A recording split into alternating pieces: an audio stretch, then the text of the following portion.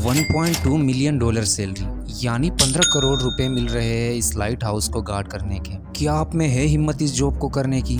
आपका कोई बॉस नहीं होगा जो काम करते वक्त आप पे नजर रखे। जब दिल करे आप सो सकते हैं, जब चाहे आप नींद से जागो, व्यू एंजॉय करो, फिशिंग करो, और अगर आपको स्विमिंग आती है तो आपके और भी ज्यादा मजे। आप स्विमिंग भी कर सकते हैं। आपका काम ये होगा कि लाइट हाउस के ऊपर की लाइट पर आपने नजर रखनी है। 15 करोड़ सैलरी आपको मिलेगी। बस आपने लाइट हाउस के ऊपर की लाइट को ऑन रखना है। लेकिन आपको बता दूं कि अच्छी खबर यहीं पर ख़त्म होती है और बुरी खबर यह है कि ये दुनिया का सबसे ख़तरनाक जॉब है, जुमन लाइट हाउस को गार्ड करना। क्योंकि ये समंदर के बीचों बीच है। यहाँ आप खुद को एकदम लोनली फील करोगे क्योंकि आपके पास यहाँ बात करने के लिए कोई भी नहीं होगा। और सबसे बुरी बात यह है कि समंदर के इस हिस्से में बहुत ही खतरनाक तूफान आते हैं और जो समंदर की लहरें होती है वो इतनी बड़ी होती है कि ऊपर टावर के छत से टकराती है। इस जॉब में हर वक्त जान जाने का खतरा रहता है। स्कॉटलैंड में मौजूद फ्लेनन नामी एक लाइट हाउस में 3 लोग इस जॉब को कर रहे थे, लेकिन उनका अभी तक कोई पता नहीं चला कि वो कहाँ गायब हो गए हैं। वैसे आप भी सोच रहे होंगे कि आखिर इन लाइट हाउस को बनाया ही क्यों गया है और इसकी लाइट हमेशा के लिए क्यों ऑन रहनी चाहिए। तो चलिए जानते हैं कि लाइट हाउस की शुरुआत कहाँ से हुई। ये बात है एंशिएंट ज़माने की, जब ट्रेवल करने के लिए ना ही रोड हुआ करते थे और ना ही गाड़ी। इसीलिए दूर सफ़र करने के लिए सबसे बेस्ट तरीका था शिप के ज़रिए समंदर में सफ़र करना। लेकिन समंदर में भी ट्रेवल करना इतना आसान नहीं था कि जितना आज के ज़माने में है। उस वक्त आज की तरह नेविगेशन सिस्टम नहीं था, जीपीएस या फिर एडवांस सिस्टम नहीं था कि शिप का कैप्टन आसानी से अपना रास्ता ढूंढ लेता। इसीलिए अक्सर जहाज अपना रास्ता भटक जाते थे। आपको पता होगा कि ओशियन बहुत ही बड़ा है। अगर हम पूरी दुनिया के सूखे ज़मीन और समंदर का हिसाब कर लें तो समंदर ज़मीन से 3 गुना ज़्यादा बड़ा है। यानी पूरी दुनिया का एक हिस्सा सूखा ज़मीन है और 3 हिस्सा समंदर है।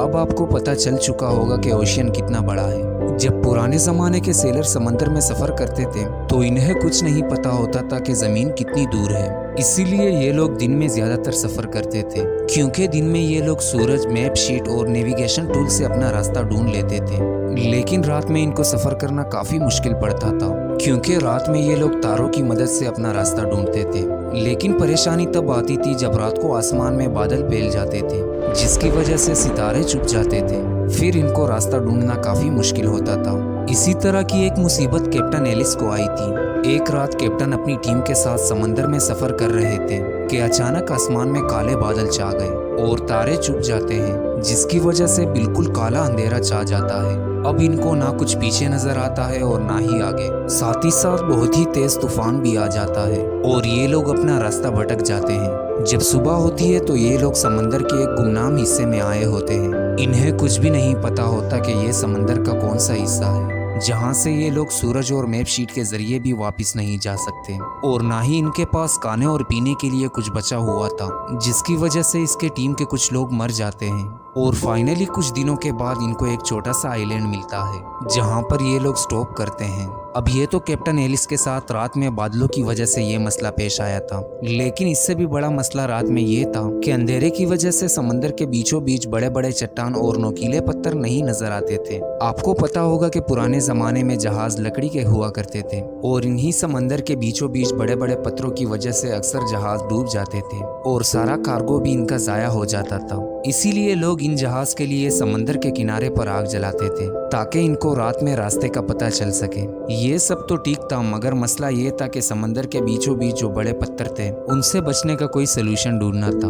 अब दुनिया के सबसे पहले लाइट हाउस की शुरुआत होने वाली थी। इजिप्ट में मेडिटेरेनियन सी के साथ था एंशिएंट सिटी ऑफ अलेक्जेंड्रिया और वहाँ का रूलर था फिटोल्मी II फिडेल्फियस। ये तो आपको भी पता होगा कि पुराने जमाने में कारोबार शिप के जरिए से हुआ करते थे और उस वक्त फिटोल्मी का किंगडम बिजनेस का सबसे मशहूर किंगडम था।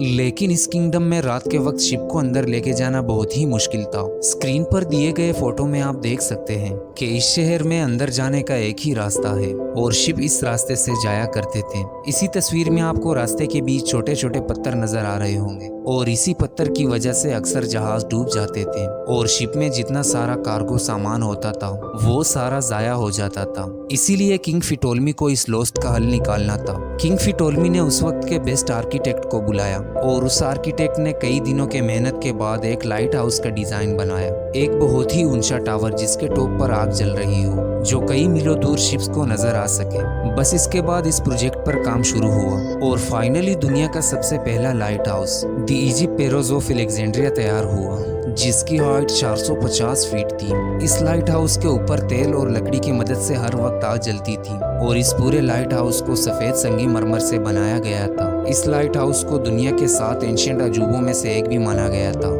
बाद में इस लाइट हाउस में आग और शीशे का सिस्टम लगाया गया, जिसकी वजह से इसकी रोशनी दूर तक जाया करती थी और इस लाइट हाउस के आसपास का जो एरिया था वो बहुत ही क्लियर दिखने लगा, जिसकी वजह से यहाँ आने वाले शिप बहुत ही आसानी से गुजरने लगे। बस यहाँ से लाइट हाउस का कॉन्सेप्ट पूरी दुनिया में फैल गया। शुरू में ये लाइट हाउस समंदर के किनारे पर बनते थे, लेकिन वक्त के साथ साथ जब ट्रेड्स बढ़ने लगी तो समंदर के बीचों बीच जहाँ बड़े बड़े पत्थर हुआ करते थे वहाँ पर भी लाइट हाउस बनाने का काम शुरू हुआ। शुरू में इन लाइट हाउस के ऊपर लकड़ियाँ जलती थी, लेकिन रोज लाइट हाउस के टॉप तक लकड़ियाँ सप्लाई करना काफी मुश्किल था और जब इलेक्ट्रिसिटी प्रोड्यूस हुई तो लाइट हाउस के ऊपर बल्ब लगाना शुरू हुआ। लाइट को मीलों दूर रिफ्लेक्ट करने के लिए लाइट के आगे लेंस लगा लिया जाता था, जिससे इसकी रोशनी दूर तक जाती थी।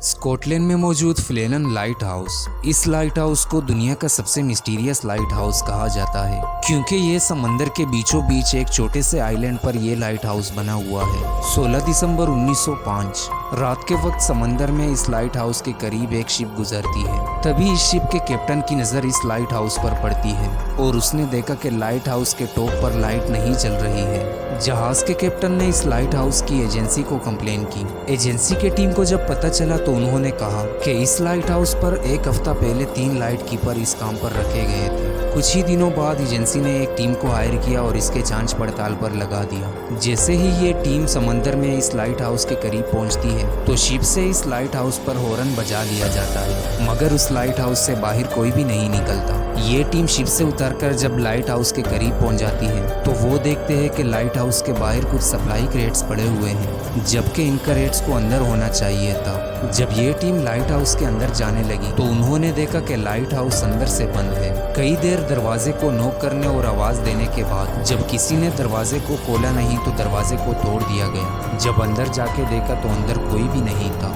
और इन्होंने देखा कि इन तीनों लाइट कीपर्स के खाने के टेबल, कुर्सी और सोने की जगह टूटी हुई थी। साथ ही साथ इन तीनों लाइट कीपर्स का यूनिफॉर्म भी दीवार पर टंगा हुआ था। इस टीम ने आसपास के एरिया की छानबीन की तो वहाँ भी इनका कोई भी नामो निशान नहीं मिला। उस दिन से लेकर आज तक इन तीनों लाइट्स कीपर का कोई भी पता नहीं चल सका।